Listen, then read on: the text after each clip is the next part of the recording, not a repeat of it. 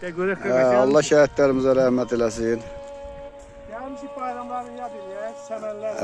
Allah hamısına rəhmət eləsin. Bütün ordudan köçənlərə. Allah rəhmət eləsin. Qoy o daşın yanına. O daşın, el o daşın yanına qoy. Allah rəhmət eləsin.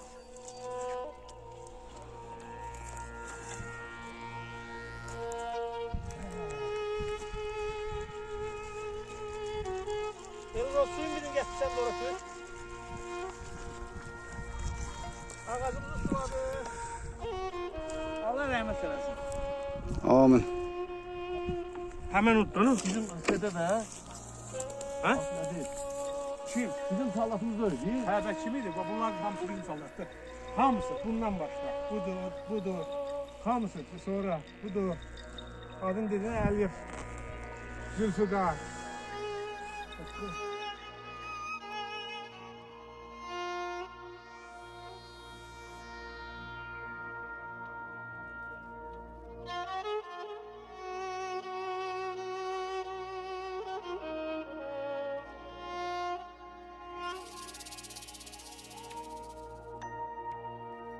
Allah rəhmət eləsin. Zülfüqar. Onun səmərəsini qoy. Ayol. Ciqanın qəbri Allah rəhmət eləsin. Allah rəhmət eləsin.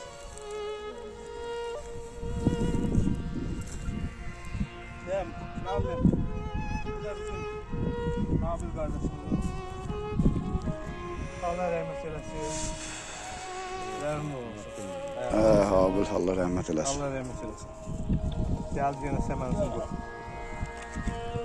Allah rəhmət eləsin.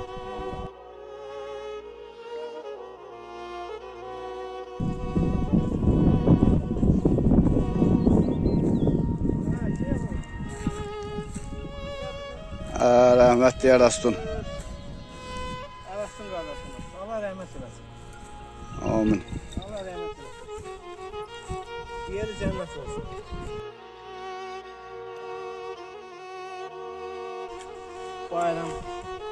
Bayram səmərisi. Allah rəhmət eləsin.